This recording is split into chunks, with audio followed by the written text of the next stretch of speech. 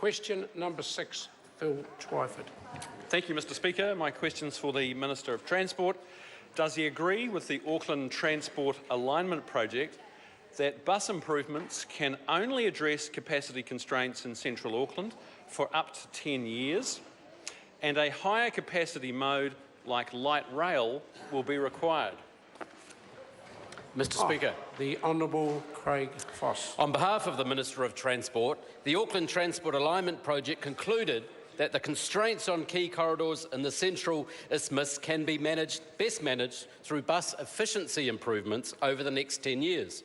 A higher capacity mass transit solution, whether it be bus or light rail, will be required in Auckland between 2028 and 2038. As the Transport Minister said yesterday, officials have not yet determined what best mass transit solution may be, with light rail being but one of the options amongst others, including a high-tech rapid bus option. It's important that officials do this work before politicians leap in, as Labor already has, because as we've seen overseas recently, light rail projects are highly susceptible to multi-billion-dollar cost blowouts. Order. Supplementary question, Phil Twyford. Thank you, Mr Speaker. Will he rule out bringing forward light rail on Dominion Road into the 2018-2028 decade? Mr Speaker. The Honourable Craig Foss. Mr Speaker, on behalf of the Minister of Transport, I will rule in letting the agreed process follow its course and not having opposition MPs and ministers who are running campaigns in various electorates interfere and disrupt good process. This national government can look taxpayers and ratepayers in the eye that we take great care in spending their hard-earned money. Supplementary, sir. Supplementary question, Phil Twyford. Given that his Auckland Transport Alignment Project says that rapid transit is needed on Dominion Road, it has agreed a higher capacity mode like light rail will be needed over buses, and that demand would justify it happening in the first decade, why won't he just agree with Labor and Auckland Council that light rail is needed now? Mr Speaker. The order.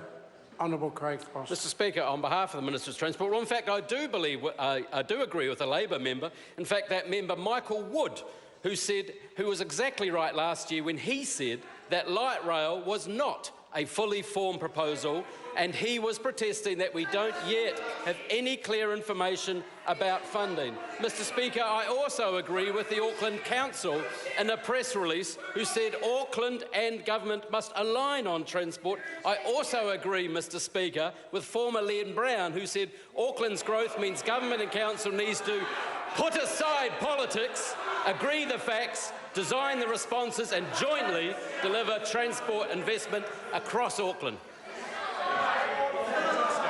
Order. Supplementary. Order. Supplementary question, Phil Twyford.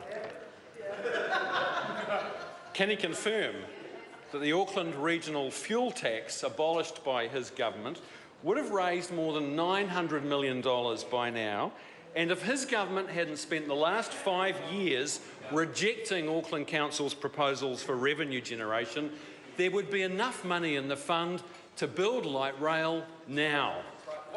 Speaker. Honourable Craig Foss. On behalf of the Minister, on the contrary, Mr Speaker, the funds raised from the excise duties across Auckland have been used and poured into the roading infrastructure across Auckland, multi-billion investment. And Mr Speaker, I'm quite sure around the 77% of those in the area board of Mount Roskill who use private transport every day are probably enjoying the investment in the roading from this national government. Order. Supplementary question, Phil Twyford. Can he name one new significant piece of public transport infrastructure that his government has initiated in the last 8 years that wasn't planned and signed off by the former Labor government? The Honourable Craig Foss. Mr Speaker, on behalf of the Minister, off the top of my head, no, Mr Speaker, but there's a difference in talking in saying and actually raising the funds and paying for and building, Mr Speaker, billions of dollars investment in rail, billions of dollars investment in Auckland roading infrastructure, accounted for, announced and paid for by this national government.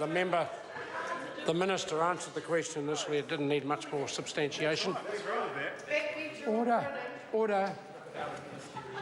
Supplementary question, Phil Twyford. Thank you, Mr Speaker. Isn't this just the City Rail link all over again? National holding back Auckland's growth and prosperity out of bloody-minded opposition to Labour's policies.